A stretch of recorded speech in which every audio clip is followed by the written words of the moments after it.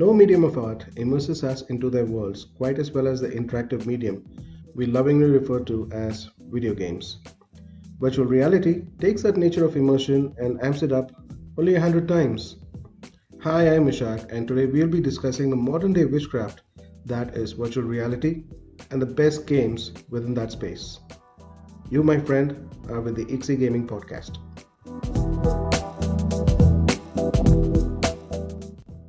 While early examples of VR were somewhat lackluster, to be honest, looking back in 2020, we can't help but notice that there are a boatload of titles that are downright bonkers, to put it mildly. VR may have been around just for a few years now, and no, the Virtual Boy from the 90s, that does not count. But studios are already churning out compelling experiences ranging from thrilling action games to feverishly haunting horror and everything in between. Let's talk about some of those awesome games, and if, like me, you're among the people who invested in the VR headset, make ourselves feel better for investing in this piece of technology. So, VR games are not part of the biggest library out there, let's all agree with that. However, the VR library probably has the highest ratio of some of the best, most lovingly crafted video games experiences within its space, which in turn helps those games easily stand out within its niche user base. And what's surprising is that some of these games are actually counterparts of their desktop versions, and yet they manage to hit it home with the players. Let's first talk about those games before moving on to the VR exclusives. And what better game to start with than the game that gave nightmares to so many brave hearts out there? You know what I'm talking about, Resident Evil 7. In a time when the PSVR was suffering from the aforementioned lackluster titles, Resident Evil 7 served as one of the first killer apps for the PSVR platform.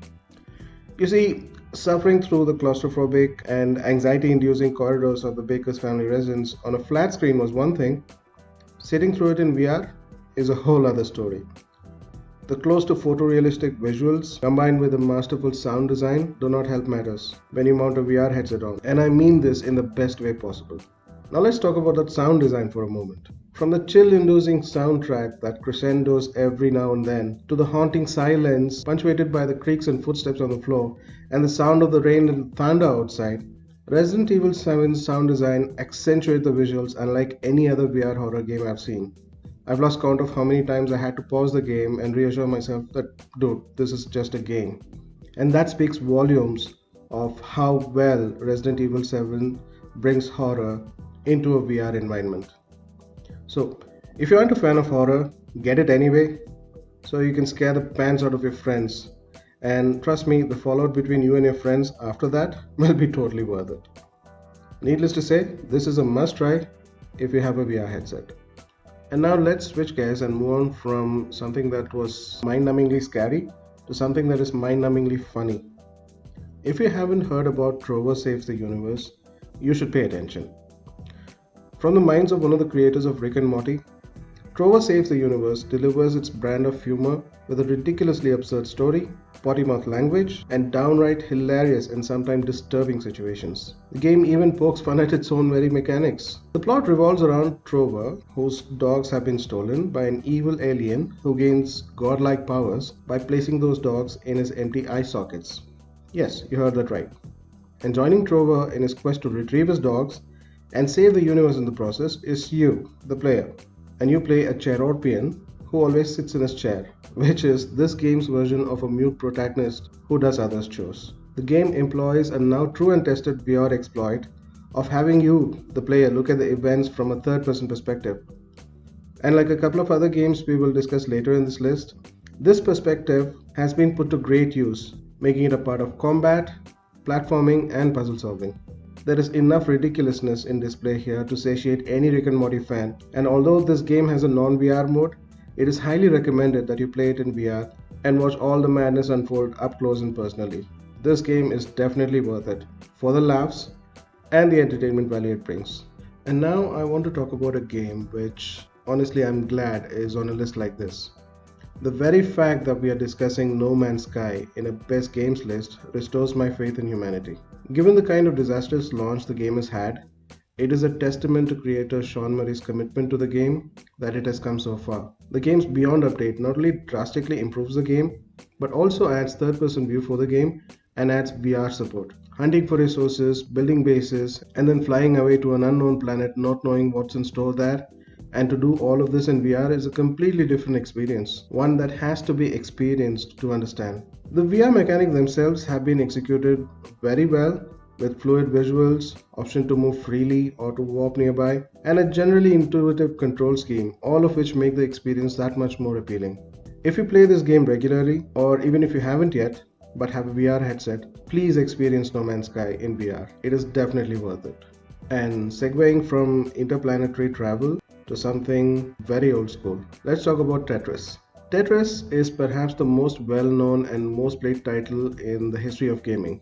No doubt about that. Tetris Effect takes Tetris as we know it and throws it under a truckload of abstract imagery and soul touching music, making the familiar block building game into a piece of art. There are multiple modes with various difficulty settings and quirks, and playing the main portion of the game Journey, which sort of acts as a campaign, is an experience in and of itself. The visuals are mesmerizing in a flat screen version already, but to experience this in VR is a task that everyone should have in their bucket list. Tetris Effect in VR cleverly takes the familiar and throws it in the uncanny valley with ease. This messes with your head in all the right ways, and it is stronger for it. Please give this game a try if you have a VR headset. You owe this to yourself. And these are just some of the games that transitioned well from flat screen to VR and remained a great gaming experience. Now let's talk about the ones that were made from the ground up for VR in mind. These are games that one can call a definitive VR experience, at least for now. And there are quite a few of them. Let's have a look. I want to begin this list with Astrobot Rescue Mission and Moss, two very well put together games. And although these are two completely different games with unique settings, they share the same spot in this list due to how they function as a game. Both Moss and Astrobot embody the same perspective found in Trover Saves the Universe, that of a third person where you watch and control the events and environments on the screen. That said, these are two very different games with unique aesthetics and stories, one of a cutesy robot and the other one about a mouse set in a fantasy world. One excels in platforming while the other in environmental puzzles. But both are worth your money. Give these games a shot, at least through a rental service. These are definitely worth your time. The next VR masterpiece I want to talk about is Pistol Whip. How do you describe a game like Pistol Whip? Take John Wick, put him in a rhythm game with levels that look like they sprung out of the movie Interstellar. This game is an on-rail shooter at its core, but it's the way it has been executed that makes this game so damn good. Who knew that navigating yourself through obstacles in the level while simultaneously shooting bad guys and dodging bullets in a VR space could be so much fun, and not to mention such a good workout. Pistol Whip is the kind of game that you want to play when you want to blow some steam off after a long hard day, or if you feel that the methodical and time-bending elements of Super Hot is not for you, which by the way is also a great game. You should try that as well. And speaking of blowing some steam off, we have Beat Saber, a rhythm game that is perfect for the house parties thanks to its easy to pick up and tough to master game design.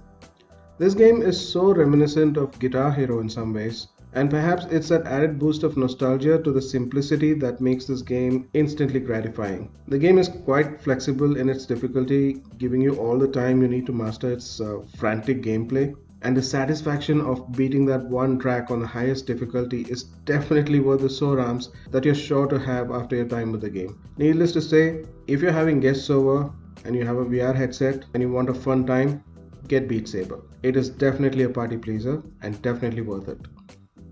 Moving on from super casual to something ambitious, Blood and Truth commands a purchase for the sheer conviction it shows towards what it wants to be. This is a game that could easily land into AAA territory had it been made for a flat screen. But what we have here is a tightly packed 6 to 8 hour crime thriller that boasts equal amount of intense drama and Hollywood-style action set pieces. You play as an heir to a high-ranking crime syndicate, and the game puts you through various missions in which you ensure that you stay on top by toppling rival gangs. The dialogues are well written, and the acting is well performed to give you a convincing image of the world you perform your deeds at. There have been various VR shooters so far, but none quite match the production value on display in Blood and Truth. And staying with the theme of high production values, we have two more games to cover. The first of which is a VR spin off of a surprise revival of a beloved franchise from 2016. Gee, that was a mouthful. I'm, of course, talking about Doom VFR. Doom VFR drops the gauntlet hard and gives you one of, if not the best, first person shooters for virtual reality. All the hellish creatures from the 2016 Doom are here for you to make a pulp out of. The game's smart approach to movement combines warp mechanics with combat, making the whole experience a fluid medley of guns, demons, and metal. The environments are very reminiscent of the ones found in Doom, except less dense to accommodate the VR tech. Also, the gory killing animations are missing, but the shooting is frantic enough that you keep your focus onto the next pile of bone and flesh for you to tear apart. Doom VFR does lack in terms of story though, but it more than makes up for it with its fluid movements and smooth gunplay to deserve the cocky title that it flaunts so flamboyantly. And with that, we move on to the last game in today's list. One that I feel is a must play if you own an Oculus Rift. Asgard's Wrath is a game that is a culmination of all things that the very idea of VR represents. To put the player in an immersive world and set them up for a grand adventure. Asgard's Wrath is just that, a full-fledged action RPG that has been built from the ground up for VR. The game's Norse setting is perfect for all the usual RPG staples, from mythical beasts to mesmerizing environments to various customizations and buffs that fit your playstyle. It's all there. The 20 plus hour campaign cleverly shakes things up by having you embody various characters through the runtime. The plethora of collectibles and side quests only flesh out the runtime even further. All of this playtime would mean nothing if your minute to minute gameplay was not fun, and this is where Asgard's Wrath excels. The clever mixture of melee and ranged combat is executed very well, and the variety of weapons available to indulge in said combat never make it a dull affair. Overall, Asgard's Wrath is like discovering Skyrim for the first time, except with the added immersion of VR. The detailed visuals and rich story combined with the RPG elements that could satiate even the most hardcore of fans makes this game a poster child for all VR games. If this is how good VR can get so early into its life cycle, the prospect of future games sure does have me excited. I for one can't wait for a game in a sci-fi setting from a studio like this. So that's our list for today. What VR games did you think was good? Have you played any of the games that we discussed today? And what do you think the next wave of VR technology could bring? All of these are fascinating questions which we will discuss sometime in the future in our podcast. Make sure to check back. Until then, thanks for visiting. This was the XE Gaming Podcast, and see you soon. Have a great day. Goodbye.